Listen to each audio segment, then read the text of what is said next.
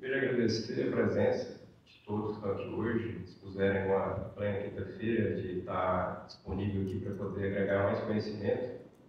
Entendo que o empreendedor sempre tem o que aprender e também o que ensinar, né? Cada um tem sua experiência, então é uma via de mão dupla, né? Então, o conhecimento, eu já tenho anos, já atuo com consultoria, então sempre aprendo também com os meus clientes. Então, aquela experiência de campo sempre é bem-vinda. E aqui eu trago tanto a experiência de campo como a parte teórica para vocês. E a ideia de ter esse nome de palestra além da venda é justamente mostrar para vocês que deve-se olhar além da venda do seu negócio, porque a venda de por si só é importante, mas ela não é o que vai de fato garantir o resultado do seu negócio, ok? Ter um negócio próspero, né, vai muito além de faturar algo. Você pode ser o melhor vendedor do mundo, mas se não conhecer os números do seu negócio, suas vendas podem representar o seu fracasso. Vocês vão entender melhor o porquê disso, né? Porque normalmente existe essa preocupação com vendas, mas se você não tiver uma gestão adequada, você vai ter um problema e não uma solução. Para quem não é esse treinamento aqui hoje, para quem não acha que o conhecimento não deve ser compartilhado, para quem não tem interesse em lucrar mais e para quem está acomodado com o resultado que tem. Então, acredito que vocês não se enquadram nessa situação aqui hoje, ok? E para quem é esse treinamento, donos, gestores de empresas que querem melhorar os seus resultados e que desejam que o seu negócio aumente o nível de gestão. Então, é para você que é esse treinamento que a gente vai iniciar aqui hoje, ok? Negócios sólidos começam com finanças bem organizadas. No meu tempo, já consultoria que eu já atuo, já vou fazer ano que vem 20 anos que atuo na área de contábil e mais de 10 anos que atuo com consultoria. E existem muitos casos em que eu vou conhecer realmente alguma empresa e às vezes o empresário já tem 10 anos que está no negócio, já construiu muita coisa, já evoluiu, mas só que ele não tem essa visão de gestão. E às vezes ele entende, mas se eu já cheguei até aqui sem ter esse olhar de organização financeira do negócio, significa que eu consigo continuar dessa maneira. A gente sabe que na realidade não é bem isso que acontece. A se pensar que se eu estivesse organizado financeiramente desde o início do meu negócio, como longe eu não poderia ter chegado, mais longe que eu estou hoje.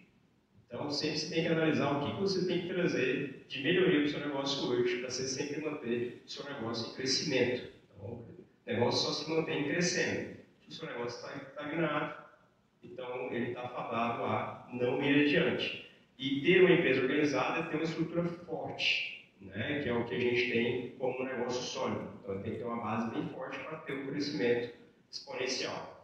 Aqui é só um pouquinho da minha jornada, só para vocês conhecerem um pouquinho melhor sobre mim. Em 2006 foi quando eu comecei a trabalhar, lá com os 16 anos de idade. Desde os 14 anos eu já tinha interesse em trabalhar, ter meu próprio dinheiro. E ali, em 2006, comecei a trabalhar com contabilidade. Em 2009, eu já tinha trabalhado em 2 escritórios. Montei sociedade com meu irmão, que é contador também. Ele já era formado em contabilidade. E ali a gente abriu um negócio, né? Então, um negócio familiar. Minha cunhada também é minha sócia.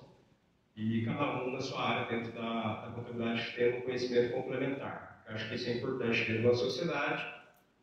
Cada um dos seus sócios tem um conhecimento complementar e agrega para o negócio. Então, se você for escolher um sócio para trabalhar, sempre traga um sócio que tem um pensamento complementar ao seu. Se você arrumar um que não vai te contradizer em nada, não vai agregar com outros bases de conhecimento, talvez você pode não estar agregando tanto. Tá? Então, a sociedade é um assunto delicado. Cada um já teve alguma situação nesse sentido, mas é importante sempre ter esse olhar. Já em 2013, fiz a opção por fazer administração primeiro, mesmo sendo formado em contabilidade.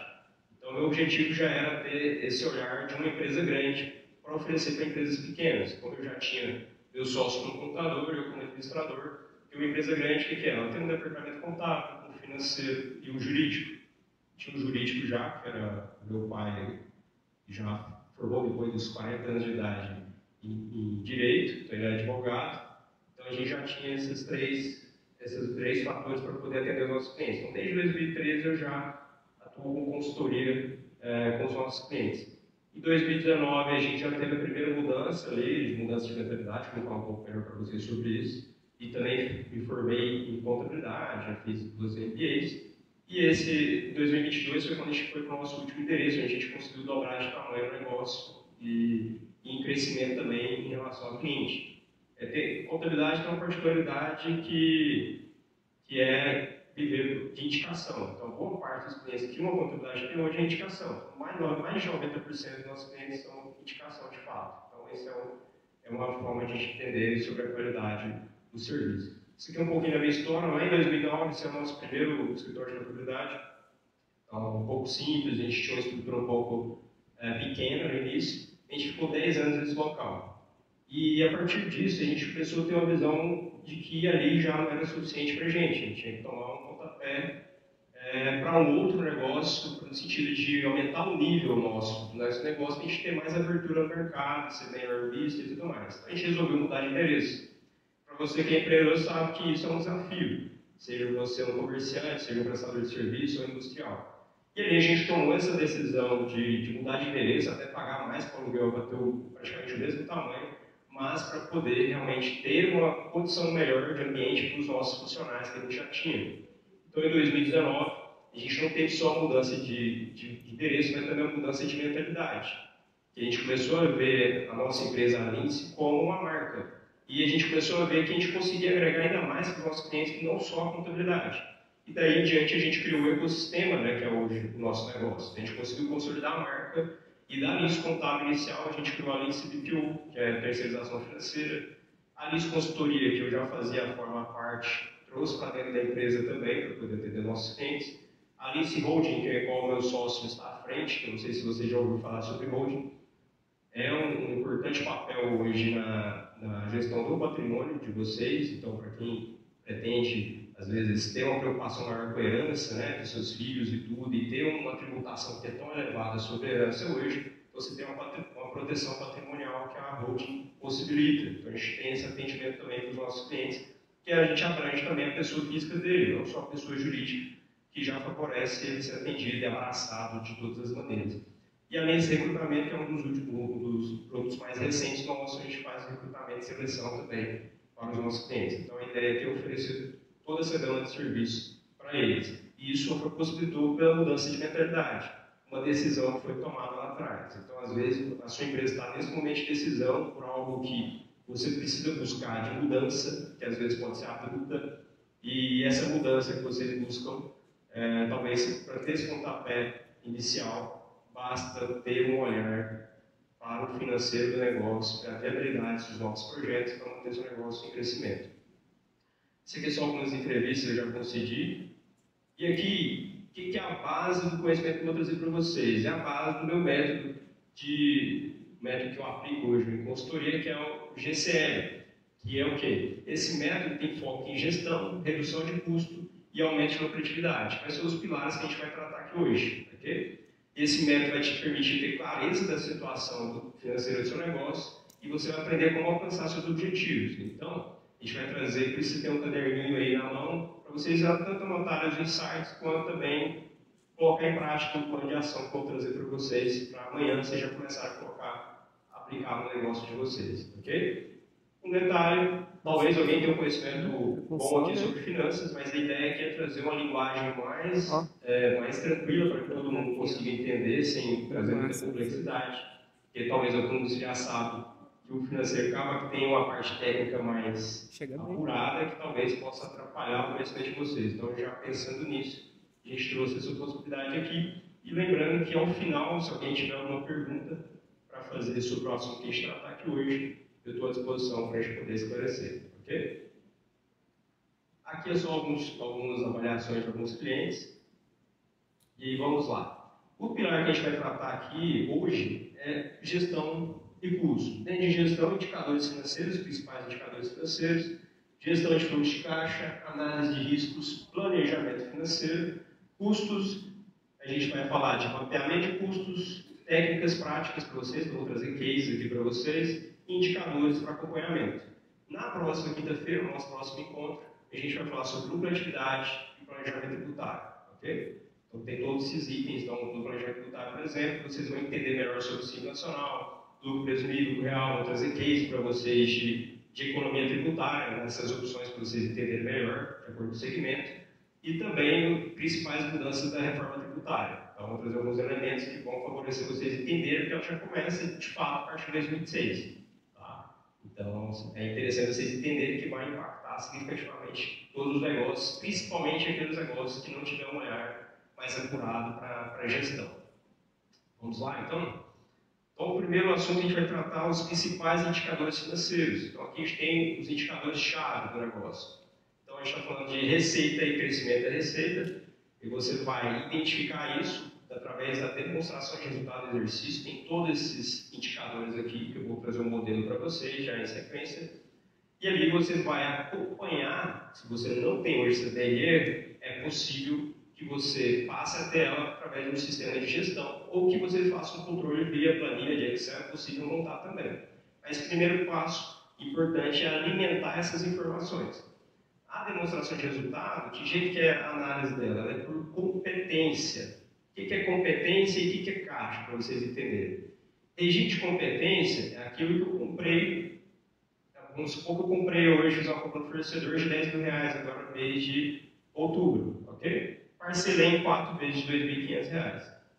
Quando eu for colocar informação na DRE de uma despesa, por exemplo, com o fornecedor, eu vou lançar uns R$10.000. Esse é a competência.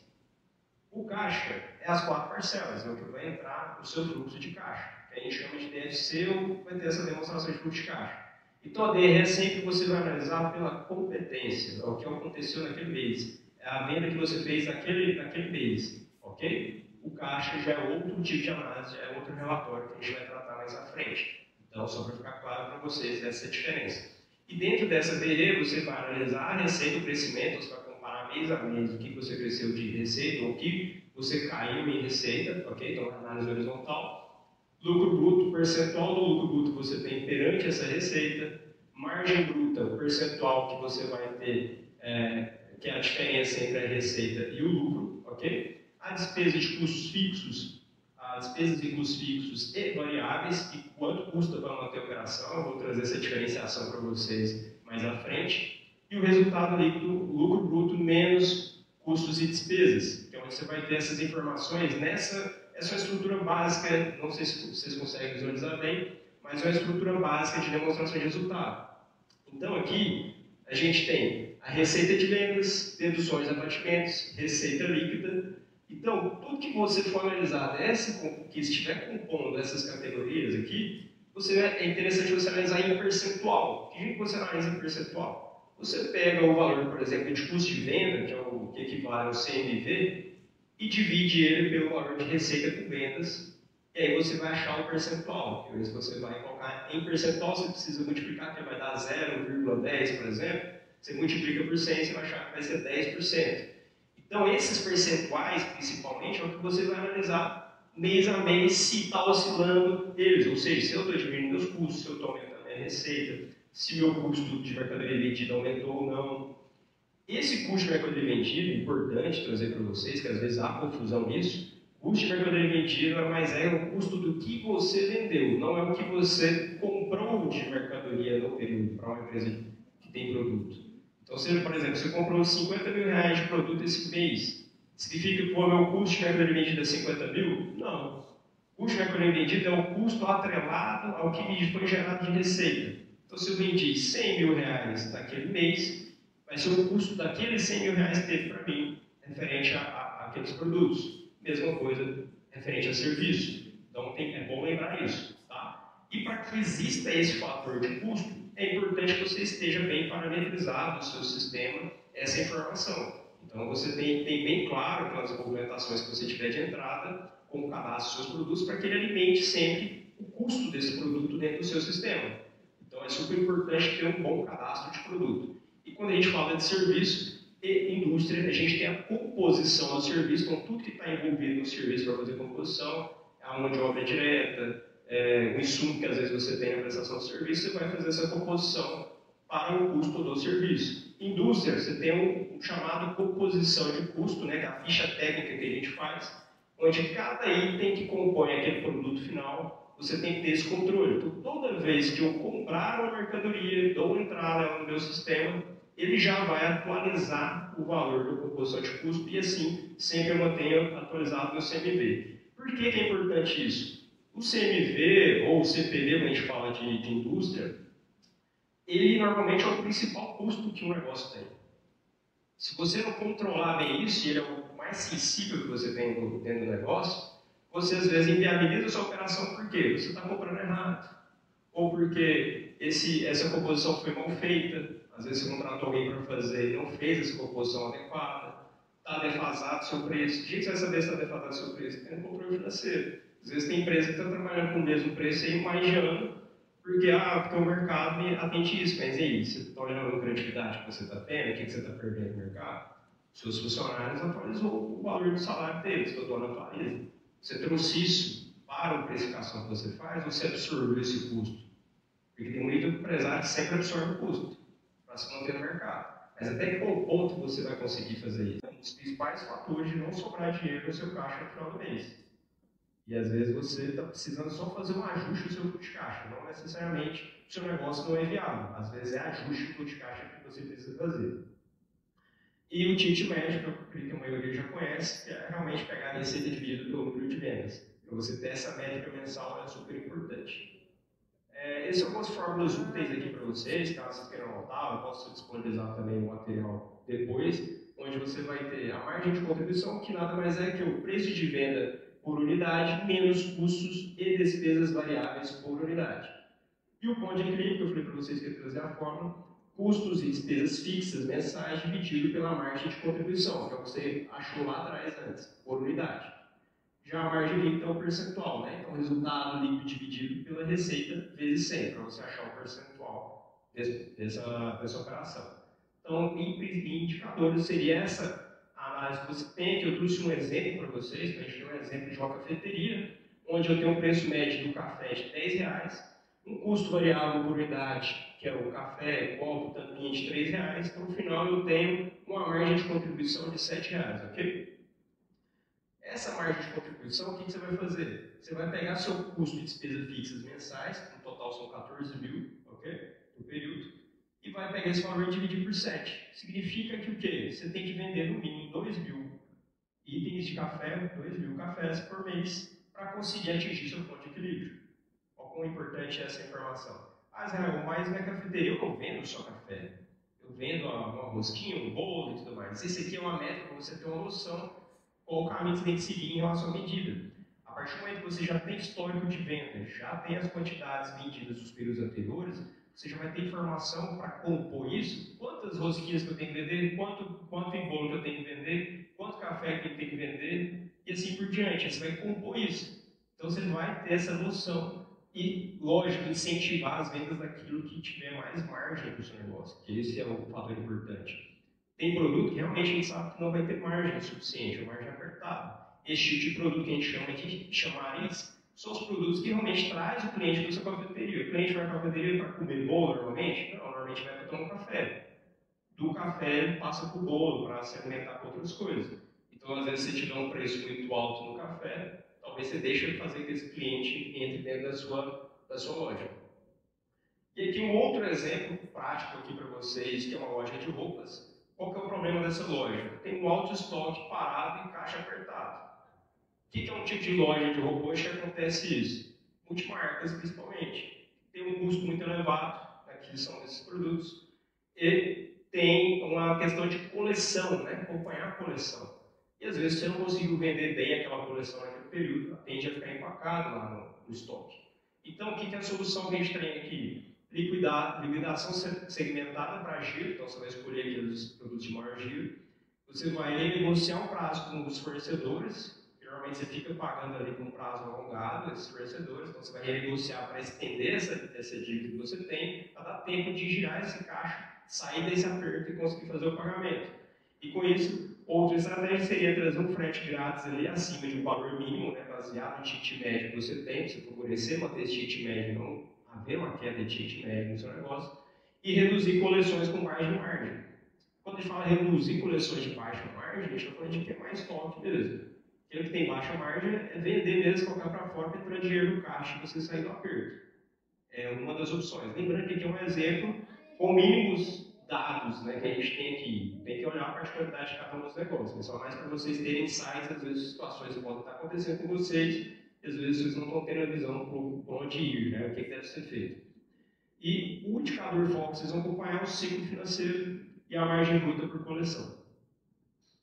E aqui, em relação aos erros comuns que acontecem relacionados aos indicadores, é o que? Acompanhar apenas o faturamento. Faturamento é um indicador? É. Acompanhar só ele, o que eu faturei no dia, no final do dia, se meu caixa está batendo, é suficiente? Não é suficiente. Eu conheço muitas empresas que fazem isso, só ver se está batendo caixa, para ver se ninguém está roubando, se não está fazendo nada de errado ali, e pronto, fica nisso. Confere os valores, mas não tem dados para poder tomar a decisão, não tem comparativo máximo, expertise que ele tem no negócio, de saber, eu vendi mais do que eu vendi menos do que o mês passado, aconteceu isso, mas muito que chama de experiência, não necessariamente. Vai aqui para gestão de fluxo de caixa, tá? Primeiro, gestão de fluxo de caixa, atenção a evitar atraso, pagamento de juros. Eu já vi muito empresário pagar juros, não por falta de caixa, mas por falta de organização financeira, por falta de tempo para poder cuidar da gestão do negócio. Ele está tão atribulado em vendas, problemas que acontecem, lidar com o funcionário, e no final das contas ele não tem alguém que cuida do financeiro, ele acaba esquecendo e deixa de pagar. Então paga muito juros ali por falta de organização, tem alguém para cuidar disso. E existe solução para isso. Por exemplo, esse resultado é 30 dias no final, significa que você tem que financiar a operação durante esses 30 dias, ou seja, você tem que ter dinheiro em caixa para suportar todo esse período. Se ele dá zero, significa que a operação por si só está se pagando. Então, o seu giro de caixa necessário é tempo, porque você já vai ter uma previsibilidade de quanto você vai precisar de caixa. E para isso, você vai conseguir analisar se vai ser suficiente ou não. Política de recebimento, que é o quê? Oferecer desconto ao pagamento à vista e antecipar recebíveis. Esse antecipar recebíveis precisa cumprir com critério. Por quê? Tem muita empresa que é refém da antecipação. Ela vive de antecipação. O que é o problema em viver de antecipação hoje? Custo financeiro. Normalmente as taxas para antecipação, seja de cartão ou desconto de duplicata, é muito alta. Alguns casos de empresas têm movimentações maiores, aí às vezes você tem uma taxa baixa que talvez compense a operação. Mas em muitos casos ela é muito alta. E fora que você fica refém, por quê?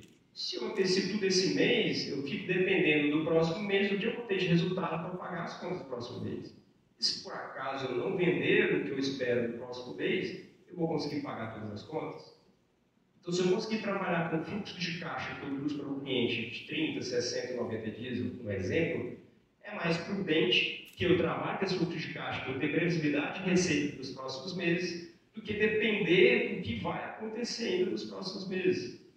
Se isso acontece hoje na sua empresa, se você é dependente de antecipação hoje, não há solução de chegar amanhã e falar, não antecipo mais. Se fizer isso, provavelmente vai ter um problema. Então isso tem que ser estudado e de forma gradual você sair dessa situação. Porque senão, de fato, você não vai conseguir pagar as suas contas. Então, essa é uma atenção que vocês têm que ter em relação à política de recebimento. Já em política de pagamento, é realmente ter um prazo bem negociado faz toda a diferença. Então, às vezes você vai ter uma proposta do seu fornecedor ali para o pagamento à vista e a prazo. E como eu saber qual vai ser mais vantagem?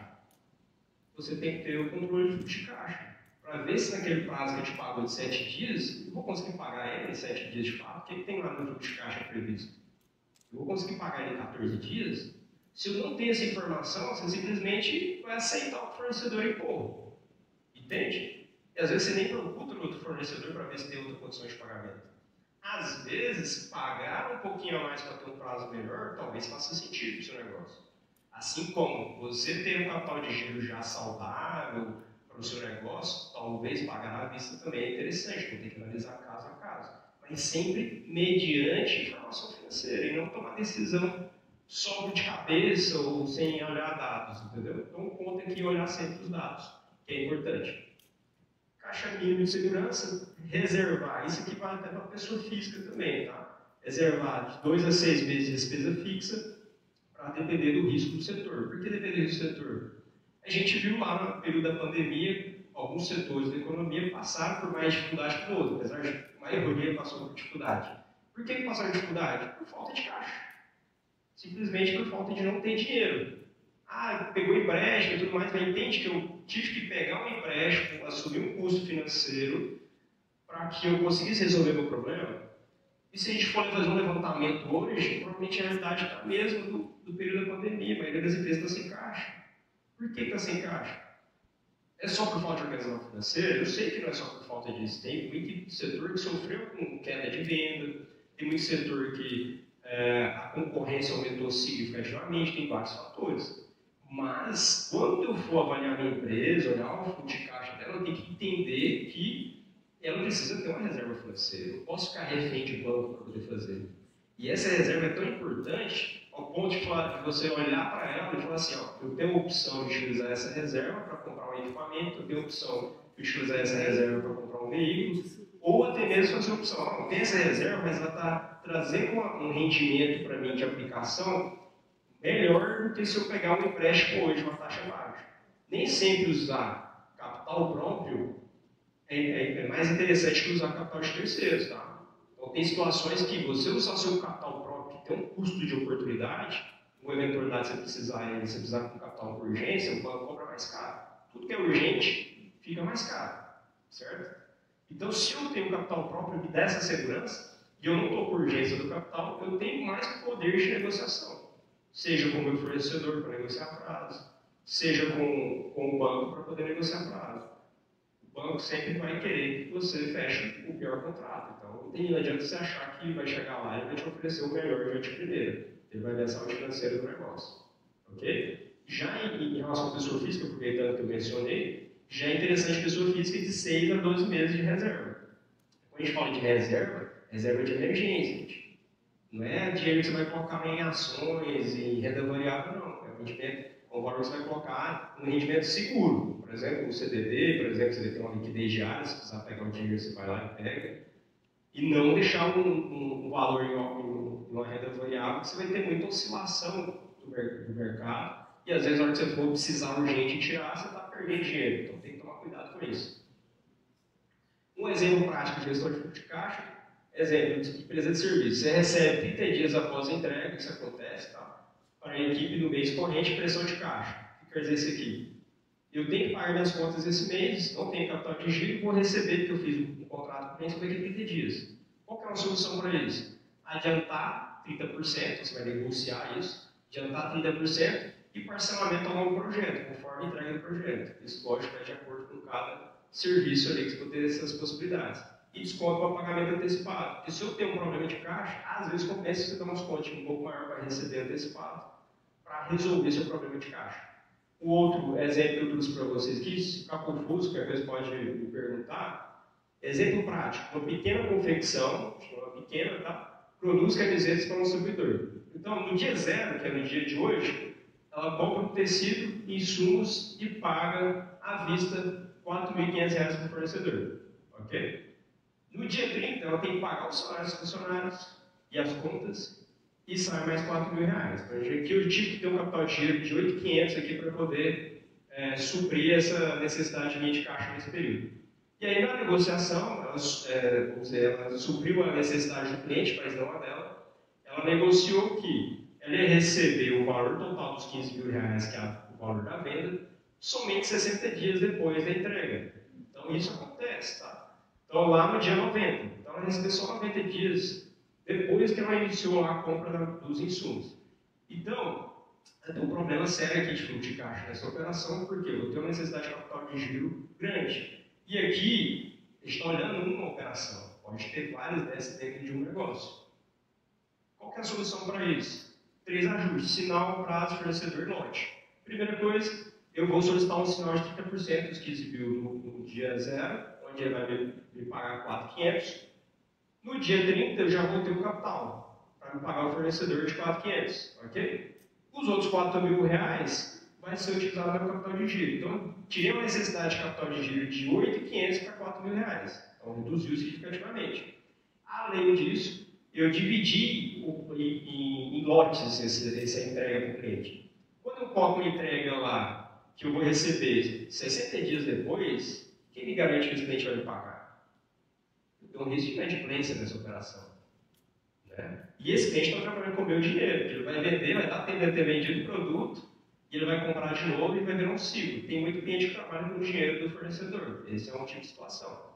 Então aqui eu estou vendo, no lote eu estou mediante a entrega do produto que eu estou recebendo. Então eu recebi 5.250, depois com 75 dias mais 5.250. Então, no final das contas, eu paguei as duas operações com esse valor. Paguei 2 folhas aqui com esse valor e mais o fornecedor e sobrou dinheiro no final. Não prejudiquei meu capital de giro. Então, essa visão é interessante para vocês terem condições de negociar com o cliente. Mas eu vou visualizar isso aqui só se eu tiver um fluxo de caixa feito de fato. Okay? Então, você começa a receber antes e o caixa respira, onde você também tem o risco menor de inadimplência desse cliente. Okay? Aqui uma ação prática para vocês novamente, uma medida que vocês podem tomar no negócio de vocês, seja comércio, indústria ou serviço, para reduzir de imediato o ciclo financeiro, que nada mais é que receber mais rápido e pagar um pouco depois que você recebeu, que esse é o ideal. Ou se alguém quiser anotar aí alguma medida que você veio na cabeça para fazer, é uma opção.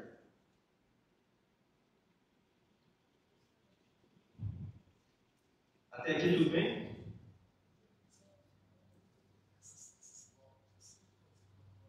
Pode ser, pode ser.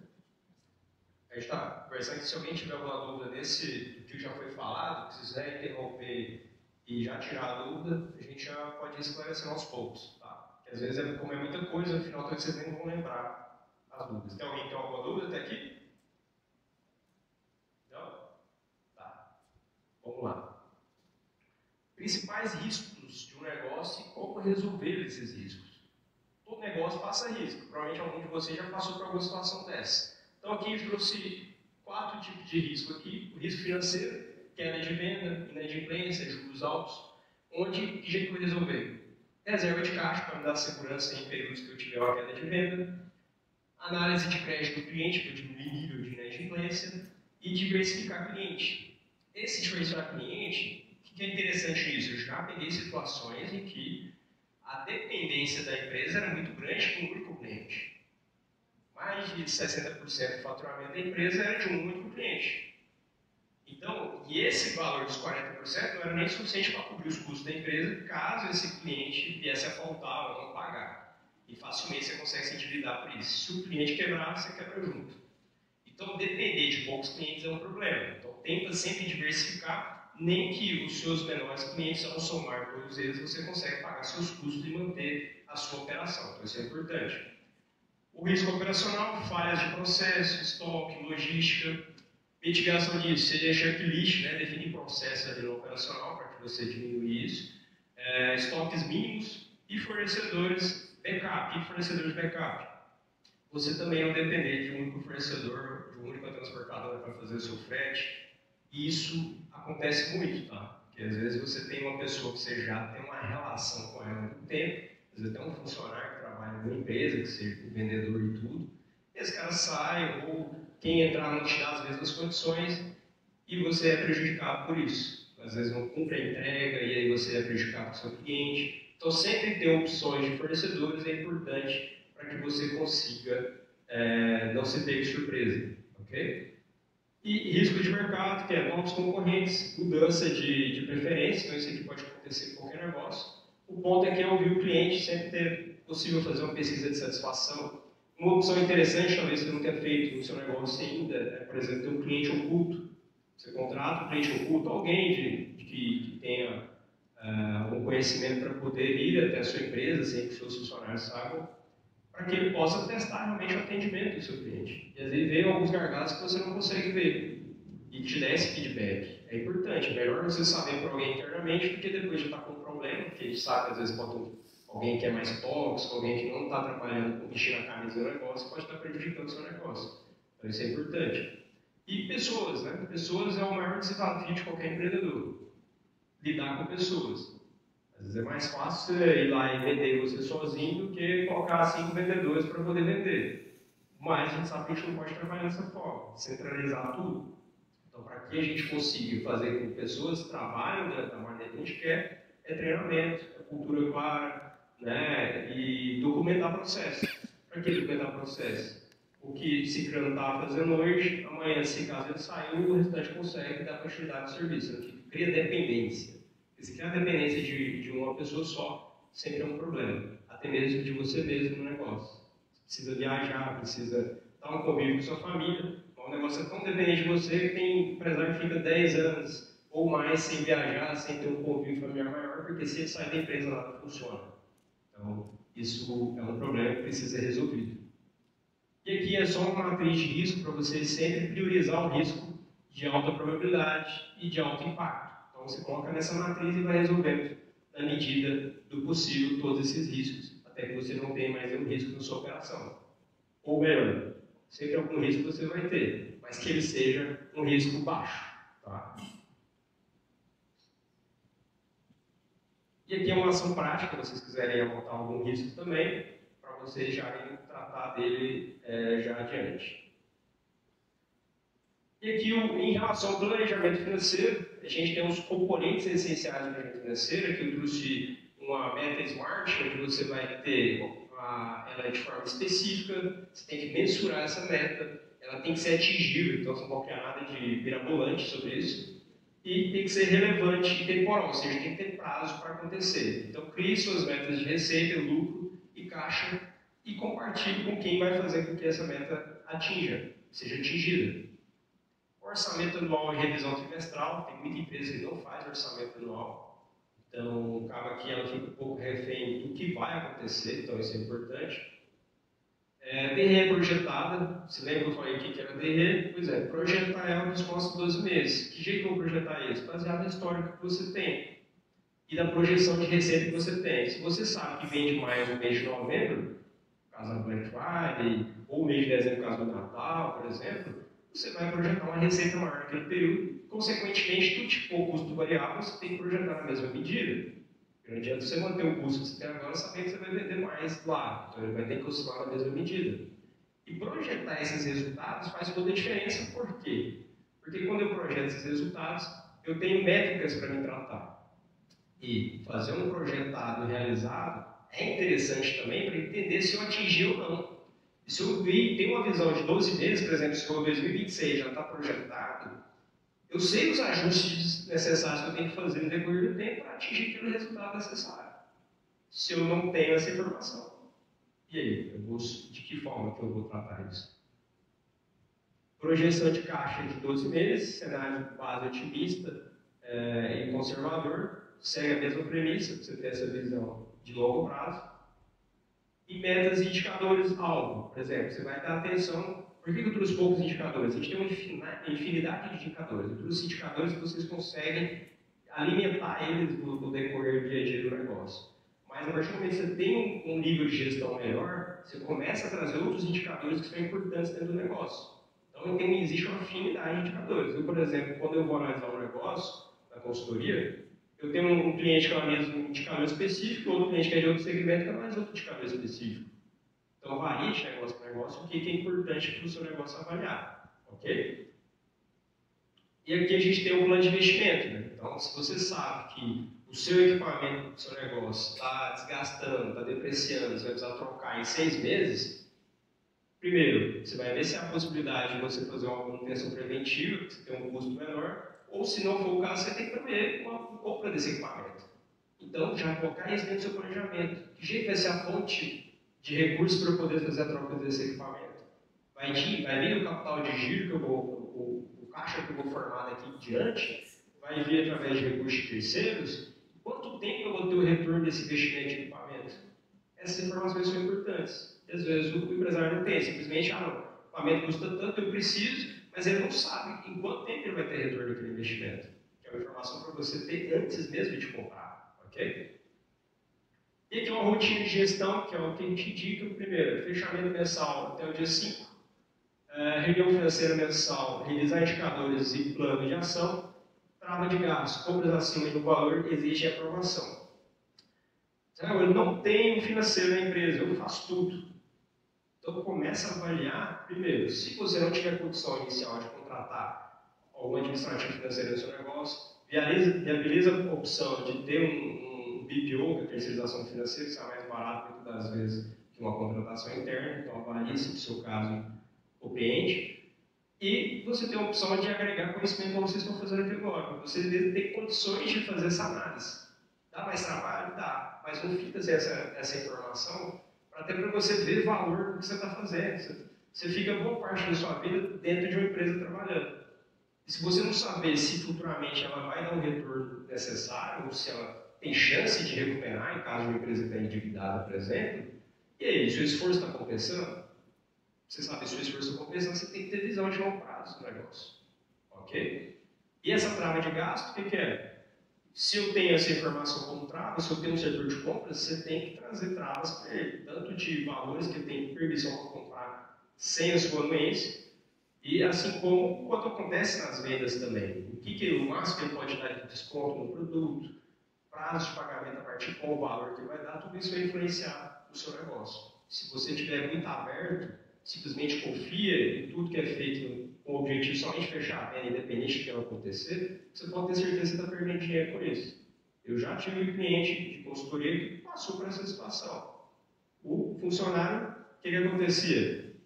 Você chegava para poder vender, ele te oferecia desconto, você nem pedia desconto. Simplesmente ele te dava desconto, não, parcela para você 3 vezes, o cara nem pediu parcela, ele ia pagar à vista. O cara vai lá e oferece 3 vezes para ele. Eu já tive situação dessa, inclusive, de fazer revisão do meu carro. Aí eu não sabia lidar. O cara da revisão me falou o seguinte: olha, não tem como parcelar mais que 2 vezes. Eu falei: beleza, então vai ser 2. Eu cheguei lá no caixa, o cara falou: você pode parcelar em 5 vezes. Opa, então beleza, vou parcelar em 5 vezes. É o mesmo valor? É o mesmo valor. Qual o problema? Para a empresa é um prejuízo isso. Porque ela está pagando mais taxa. E isso acontece. A gente pode empresa grande, concessionária. Se acontece na grande, na pequena também acontece. Então, ter esse tipo de atenção é importante. De que forma está sendo o atendimento do seu funcionário e de que forma estão as travas. Porque não adianta você cobrar dele se você não colocou as métricas para ele seguir. Olha, até tal valor aqui você pode vender até 2 vezes. Até X valor aqui você pode dar um desconto de 5%. Tudo isso você tem que ter um panorama de fluxo de recebimento, de política de recebimento ou política de pagamento, para que quem está executando saiba o que está fazendo. Não adianta cobrar e não ter passado a orientação. E um exemplo prático aqui de planejamento financeiro para vocês: você traçar uma meta anual de lucro líquido de 12%, com caixa mínimo de 3 meses de despesa fixa. Se essa meta não for atingida, o que é a principal ação que você vai fazer?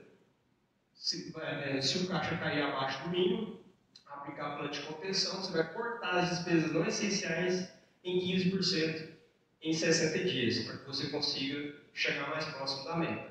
Não atingiu a meta, né? Bola para frente, não. Você tem que resolver o problema. Então você tem que tomar as medidas necessárias para fazer com que o negócio aconteça. Porque senão você está prejudicando o resultado da empresa. Então, não deu certo, vamos continuar. Não. Vai lá e faz acontecer, chegar próximo da meta. Não tem esse por vencido. Porque senão é menos dinheiro do seu bolso. Sempre pensa que é menos dinheiro do seu bolso. E a ação prática para vocês fazerem posteriormente, definam uma meta financeira para os próximos 90 dias, clara e mensurável. Para quem não tem empresa, defina uma meta da pessoa física sua. O que você pretende fazer nesse período? Se eu estou ganhando 3 mil, eu quero ganhar 6 mil daqui 6 meses. O que eu tenho que fazer para isso? Para eu chegar nesse nível de renda? Eu tenho que empreender? O que eu tenho que fazer? O sucesso da sua empresa não vai ser definido por a economia do Brasil, somente trabalhar duro, mudar de equipe, ter o melhor RP e ser o maior em vendas. Seu sucesso da sua empresa ele vai ser definido por saber gerir de forma profissional o seu negócio, tendo tomada de decisões baseadas em números. Então, saber gerir o seu negócio vai fazer toda a diferença dele. Inclusive, se futuramente você tem um negócio, futuramente eu quero crescer meu negócio para vender ele. Eu faço cálculos de valor de empresa, de valuation. O que acontece na maioria das empresas? Às vezes ele não tem informação financeira para eu apresentar para quem está um potencial comprador. E aí, como é que eu falo? Olha minha receita que eu emiti de nota. A depender do valor do seu negócio, se você não tiver uma gestão, você vai perder valor com isso, o seu negócio. Porque você não consegue demonstrar o potencial que ele tem. Você tem que levantar do zero isso. Então você perde oportunidades por não ter uma gestão boa também. E a gente tem talvez seja o termo equity, né, que é o valor do negócio. Então esse valor do negócio tem como você construir com o tempo. Então Então, se eu sei como é que é a realidade hoje, e eu quero chegar na realidade Y, o que eu tenho que fazer para chegar lá? Para fazer com que o meu negócio hoje, vamos supor que o valuation dele fica em R$ 500 mil. Eu quero que o negócio vale 1,5 milhão. Daqui 5 anos, o que eu tenho que fazer para valer 1,5 milhão? Então, com números, eu consigo projetar isso e ver o que você tem que fazer de ajuste. Para que 1,5 milhão lá na frente você resolva vender, se aposentar com esse valor, ou empreender com outra coisa. Porque o empreendedor tem história, ele tem amor pelo negócio, mas nem sempre esse amor mantém também. Então, chega um ponto que às vezes ele desgasta tanto que às vezes ele tem intenção de trabalhar com outra coisa, né? Então não é problema você querer vender seu negócio lá na frente, né? Para isso você tem que ter informações.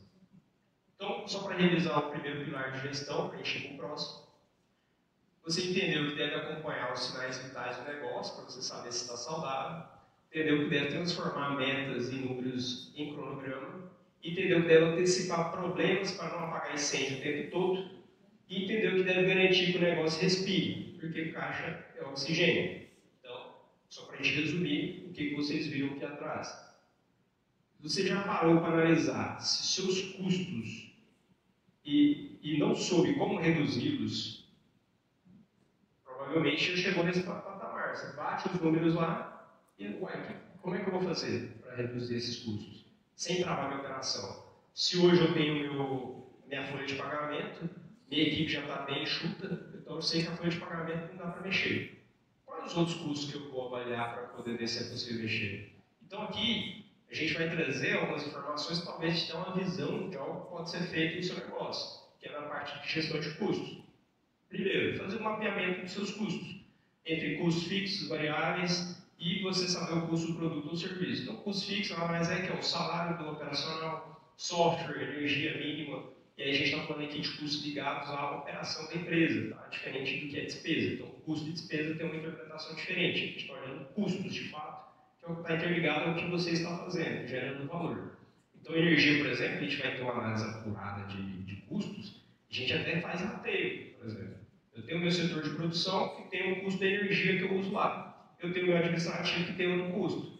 Tem empresa que coloca um padrão para cada lugar para eu ter um nível de mais apurado de custo do negócio. Não tem empresa que faz isso. Agora tem empresa que faz um rateio, por exemplo, de energia por metragem quadrada. Você vê o nível de informação que a empresa quer ter dos seus custos. Então, a empresa que faz isso. Então, a gente precisa fazer o mínimo aqui que a gente já vai ter um nível de informação. Estou nem falando para vocês fazer dessa forma, mas é uma possibilidade, tá? Os custos variáveis, que são matéria-prima, comissões, fretes por venda, taxas de meio de pagamento, custo por produto e serviço, saber quanto cada item realmente consome. E aqui algumas técnicas práticas de gestão de custos para vocês começarem a executar o negócio de vocês, que é o quê? Regra 80-20. 20% dos itens que representam 80% do seu gasto. Ok? Então, essa é Pareto, vocês já ouviram falar, do 80-20. Então, eu pego 20% dos itens que eu identifiquei, que são meus principais gastos, né, dentro dos 80%, e eu vou atacar primeiro eles. Por quê? Porque eu começo a ter um microgerenciamento daqueles custos que é possível eu avaliar e fazer a redução deles. Não necessariamente eu pegar toda a minha análise de resultado e começar a reduzir tudo de uma vez, e às vezes perder eficiência na minha operação, ou cortar um custo que não deveria. Então, eu sempre vou naqueles que são não essenciais. E essa análise também vai te permitir fazer isso. Orçamento base zero, que é justificar cada gasto importante ao renovar o contrato. Tem empresa que trabalha com orçamento base zero. Não é uma indicação até, porque é difícil trabalhar com orçamento base zero. O que acontece? Se hoje eu tenho um histórico de orçamento 2025 todo, quando eu trabalho com orçamento base zero, eu desconsidero tudo que eu tive de orçamento desse ano para fazer o 2026. Não uso o histórico dele. Eu renegocio tudo que tiver a negociar, olho custo a custo para poder fazer a operação. Ou tem empresa que trabalha dessa forma. Que permite você olhar ponto a ponto do negócio. E eu tenho a renegociação estruturada. Então, toda vez que você fazer uma renegociação, você sempre vai avaliar o histórico, o volume e o prazo daquilo que você tem com aquele fornecedor, para que realmente você entenda e ele entenda a sua importância perante o negócio, para que você tenha margem para negociação. Uma negociação de compra, por exemplo, hoje, a compra é um dos principais fatores de redução de custo do negócio, saber comprar. Às vezes, você pode ser um exímio vendedor, mas não necessariamente ser um exímio comprador. E às vezes a compra é o gargalo que você tem no negócio. Ou você tem uma pessoa que não tem experiência com isso, ou você não consegue dar a atenção necessária para o setor de compras. Que é onde você, cada real que você reduz, você diminui ou você aumenta o lucro do seu negócio. O saber comprar é uma arte, então você tem que desenvolver essa arte dentro do seu negócio e dar a atenção necessária para isso. Realmente, não ficar dependente de poucos fornecedores. O que acontece? Provavelmente você tem uma pessoa que você gosta de ser atendido por ela, e aí você sempre prioriza aquele fornecedor. E aí, como você tem essa prioridade, você sempre acha que ele está te passando o melhor preço, a melhor condição, porque você criou um laço com ele ali. Acontece isso, eu já vi isso acontecer. E às vezes esse laço que você criou com ele pode estar te trazendo prejuízo. Você vai saber disso de jeito, fazendo cotação em outros locais e entendendo se ali é interessante você continuar comprando. Então é importante sempre estar fazendo novas cotações para isso. E é uma questão de padronização, né, que você reduz retrabalho e desperdício. Terceirizar ou internalizar, comparar custo total e risco. E controle de perdas, onde você vai avaliar quebras, devoluções e reprocesso. Quando a gente fala de indústria, a perda tem um importante percentual, né, dependendo da indústria, porque aí, às vezes, um processo produtivo, se a empresa não tiver atenção a ele, é o dinheiro que está indo embora. Eu já atendi clientes, por exemplo, do ramo de revestimento, ramo de indústria ligada a aço, e tem percas que às vezes você pode, inclusive, vender elas. Né? Então, se aqueles valores ali, beira sucata, por exemplo, ainda se gera receita. E a processo produtivo você consegue diminuir essa perda fazendo um processo bem feito. Indicadores para você acompanhar: gestão de custo, custo por unidade, percentual de despesa operacional sobre a receita e giro de estoque, quanto tempo o item leva para vender. Então, esse aqui é importante você acompanhar constantemente o giro de estoque dos seus produtos. Antes de fazer uma compra de produto, olhe o giro do seu estoque. Olhe quanto tempo está aquele produto no estoque, sem vender. Por exemplo, eu dou consultoria para drogarias também. Então, a gente tem um nível de informação dentro do sistema de gestão. Então, às vezes, tem medicamento ali que fica 90 dias parado. O cara tem que ter, mas ele vai ter o quê? O que ele tem que ter? Ele tem que analisar que ele tem que ter o estoque mínimo, que é o momento que pode procurar o cliente. Agora, eu vou ter uma quantidade muito grande daquele produto que demora para dar giro? Não, é dinheiro parado. Então, eu sempre tenho que analisar quais os produtos que eu tenho em estoque, a quantidade que eles estão representando hoje, e avaliar o que de custo que eu tenho no meu estoque. Né? E antes de fazer uma compra alta, que o fornecedor vai te oferecer uma caixa, às vezes você quer comprar 10 e ele vai te oferecer uma caixa com 50, com um preço atrativo, nossa, está muito barato, eu posso fazer uma promoção aqui, se der o giro suficiente e você mudar a realidade do seu histórico de venda, beleza. Se não tem potencial para isso, não faz sentido você pagar mais barato naquele produto, sabendo que ele vai ficar muito tempo parado. Ok? Então você vai ter um volume de produto muito grande, algo que não vai vender tão cedo. Então esse é um risco que tem no negócio. Um exemplo prático para vocês de serviço, aqui foi aplicado, inclusive, conseguiu reduzir 90% da despesa do software, onde aumentou em eficiência, operação e qualidade das informações. O que acontece? Existe muito sistema de gestão, ERP hoje no mercado, e existem sistemas baratos e sistemas caros. O que acontece, a maioria das vezes, é empresas que compram sistemas e não usam nem 50% da capacidade que o sistema tem de entrega. Por quê? Por falta de treinamento, por falta de orientação. Às vezes o sistema é muito bom, mas por uso não adequado, por falta de treinamento, ele não tem o nível de informação que ele precisa. E aí, por exemplo, nessa situação do cliente, ele pagava ali mensalidade de R$3.000 no RP. Eu consegui um RP que conseguia atender o cliente por R$300. Ele conseguia atender da mesma forma a operação dele, trouxe até mais um nível de relatório, porque hoje a competitividade é muito grande, porque você reduzir um custo nessa proporção. O que isso significa por mês? É mais ou menos uma empresa que está passando dificuldade. Então, sempre avalia seus contratos e vê possibilidades. Tem coisa que o preço não vai valer a pena, sempre você tem que olhar o custo-benefício, né? Então, nem sempre vai por preço. Como a gente quer que o cliente nosso trata a gente só por preço, ele avaliar o nosso atendimento, a qualidade do nosso serviço, do nosso produto, mesma coisa, a gente tem que ter esse entendimento com nossos fornecedores também. Então, sempre eu vou trocar por causa de preço? Não, você tem que ver se o suporte é bom, se o atendimento é bom, se esse que vai ser mais barato vai te dar mesma base de conhecimento do outro. Então, tudo você tem que avaliar. Esse aqui é um caso que pode ser que no seu negócio não funcione. Mas sempre há possibilidade de renegociação. Então, é uma possibilidade para vocês. Um outro exemplo prático, solicitar a cotação de taxa de cartão, trimestralmente, por exemplo. Você vai renegociar com o seu administrador de cartão e essa ação pode reduzir até média de 1% sobre sua receita. Então, às vezes, você está a negociar com a administrador de cartão aí, uma Cielo, uma Stone e outras que tem no mercado, ali 1 ano com a mesma tarifa. Você não preencheu em momento nenhuma negociação. Enquanto outras administradoras de cartão têm taxas mais atrativas. Então, o que você faz? Você vai nessas outras administradoras de cartão, vai buscar essas taxas e vai renegociar com a que você tem hoje. Por exemplo, você está com a Stone, você vai lá e renegocia com a Stone. Olha, eu consegui essas taxas aqui para o negócio. E aí, vocês conseguem cobrir? Normalmente eles conseguem cobrir.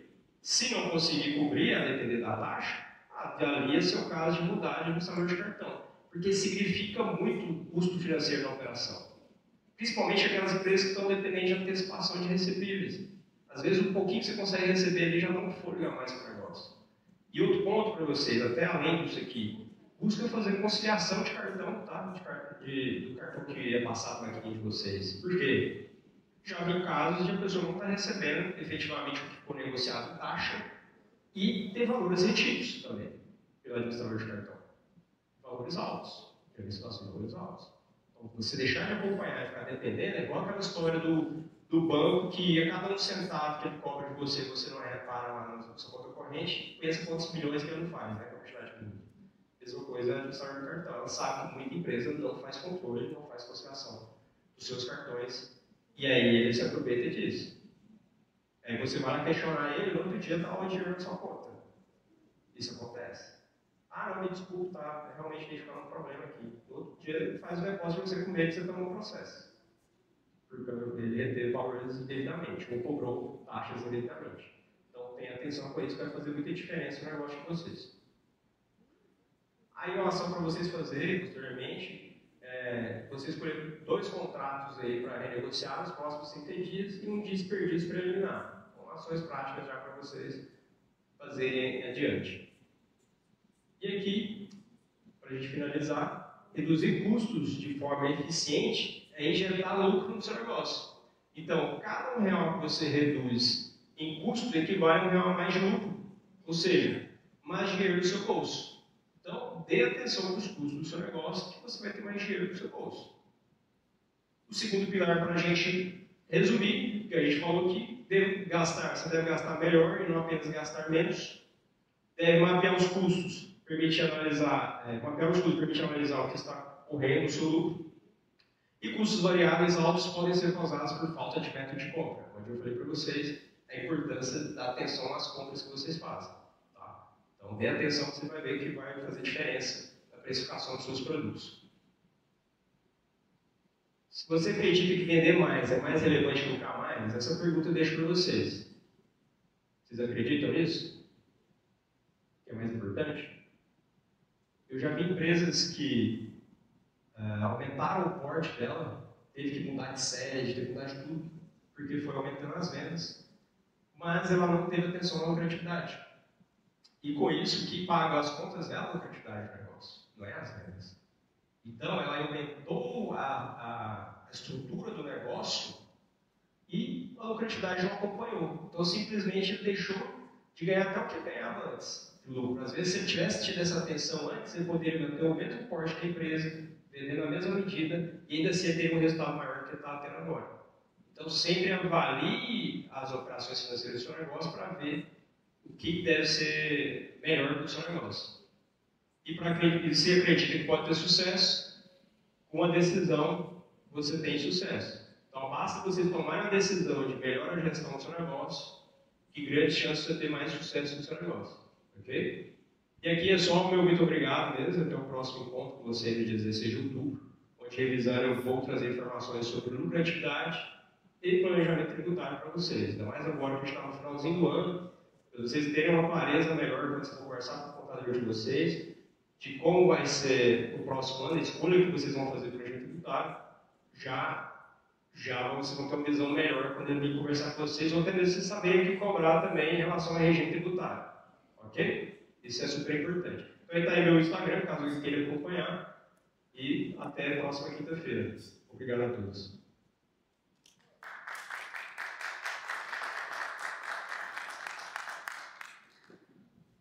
Desculpa se eu fui me corrido, tá?